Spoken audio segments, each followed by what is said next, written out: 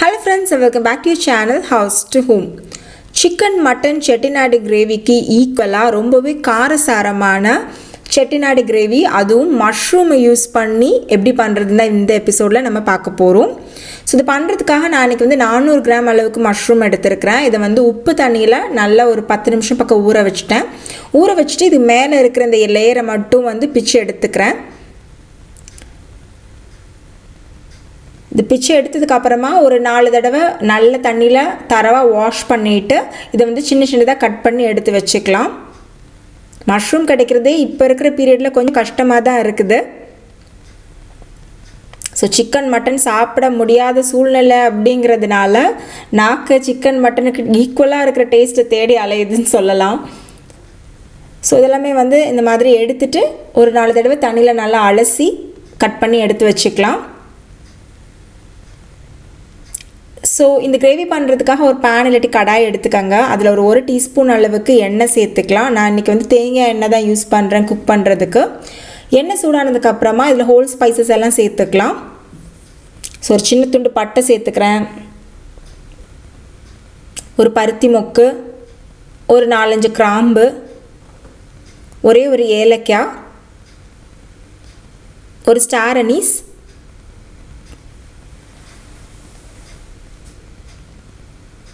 2 காஞ்ச மிளகாய் சேர்த்துக்கலாம். 1 டீஸ்பூன் சோம்பு,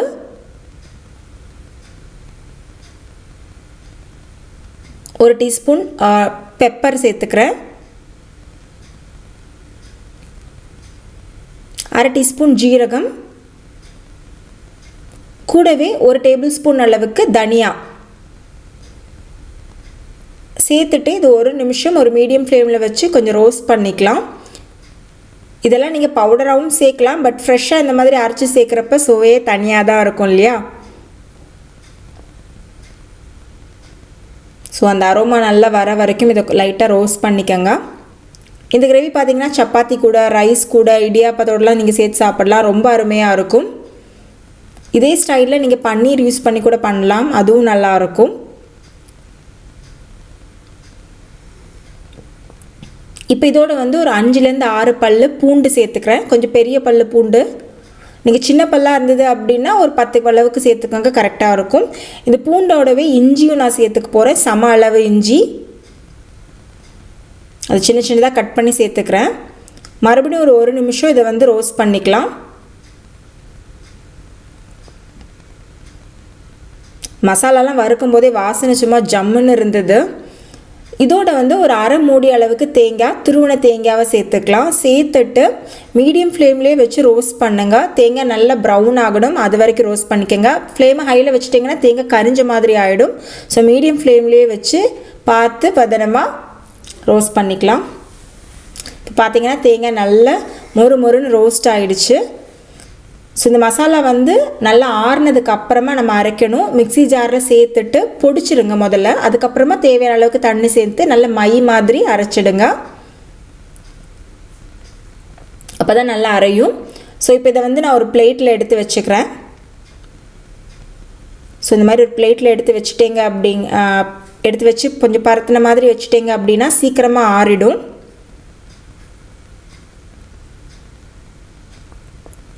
ஸோ அதே பேனில் வந்து மறுபடியும் 1 டேபிள் ஸ்பூன் அளவுக்கு எண்ணெய் சேர்த்துக்கலாம்.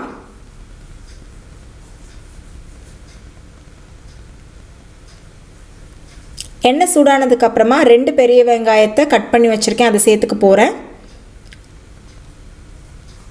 கூடவே 2 பச்சை மிளகாய் காரத்துக்காக அதையும் சேர்த்துக்கலாம். கொஞ்சமாக கறிவேப்பிலையும் சேர்த்துக்கலாம். ஸோ இதே மாதிரி மீல் மேக்கர் யூஸ் பண்ணி நான் ஒரு 65 ரெசிபி ஒன்று ரீசெண்டாக போஸ்ட் பண்ணியிருந்தேன்.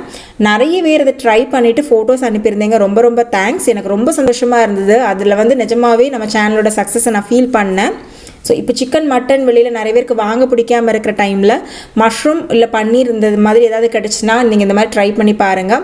ஈவன் மீல் மேக்கரில் கூட இந்த மாதிரி ட்ரை பண்ணலாம். ஸோ வெங்காயம் நல்லா ப்ரௌன் ஆனதுக்கு அப்புறமா 2 தக்காளி, பழுத்த தக்காளியை கட் பண்ணி நான் இதோட சேர்த்துக்கிறேன். தக்காளி நல்லா சாஃப்ட் ஆகிற வரைக்கும் இது மறுபடியும் நம்ம வந்து வதக்கிக்க போகிறோம்.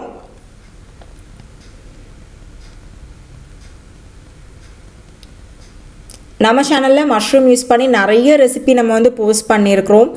மஷ்ரூம் டிக்கா வந்து தவாலே எப்படி பண்ணுறதுன்னு போஸ்ட் பண்ணியிருக்கோம். குக்கரில் குழையாமல் மஷ்ரூம் பிரியாணி எப்படி பண்ணுறதுன்னு போஸ்ட் பண்ணியிருக்கோம். அதெல்லாம் கண்டிப்பாக செக் பண்ணி பாருங்கள். தக்காளி நல்லா சாஃப்டாக வதங்கினதுக்கு அப்புறமா நம்ம கட் பண்ணி வச்சுருந்த மஷ்ரூம்ஸ் நான் இதோட சேர்த்துக்கிறேன். மஷ்ரூம் சேர்த்ததுக்கப்புறமா நல்லா ஹை ஃப்ளேம்லேயே வச்சு நல்லா வதக்கிக்கங்க. ஏன்னா மஷ்ரூம்லேருந்து நிறைய தண்ணி வரும். அந்த தண்ணியே மஷ்ரூம் குக் ஆகிறதுக்கு போதுமான அளவு தண்ணியாக இருக்கும்.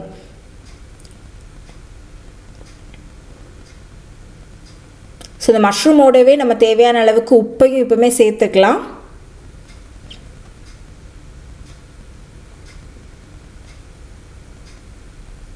சேர்த்துட்டு ஹை ஃப்ளேம்லேயே நான் வதக்க போகிறேன். வதக்க வதக்க தண்ணி நல்லா வந்துட்டே இருக்கும்.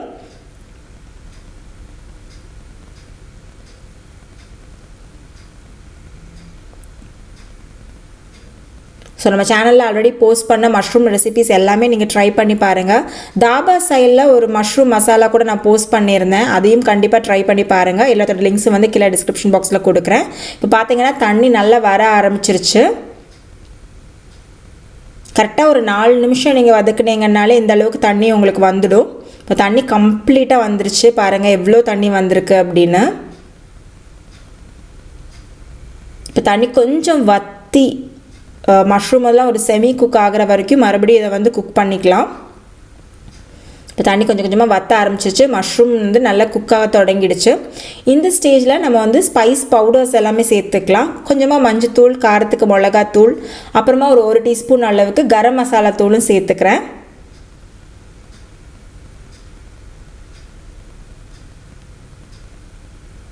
இப்போ மறுபடியும் ஒரு தடவை பச்சை வாசனை போகிற வரைக்கும் இதை நல்லா வந்து வதக்கிக்கலாம். இப்போ மசாலாவோட பச்சை வாசனை நல்லா போயிடுச்சு. தண்ணியும் நல்லா சுண்ட ஆரம்பிச்சிருச்சு. இந்த டைமில் நம்ம தேங்காய் மசாலாலாம் வறுத்து வச்சுருந்தோம் இல்லையா, அந்த வறுத்து தான் நான் அரைச்சி பேஸ்ட் மாதிரி அரைச்சி எடுத்துட்டேன். இதை வந்து இதோட சேர்த்துக்க போகிறேன்.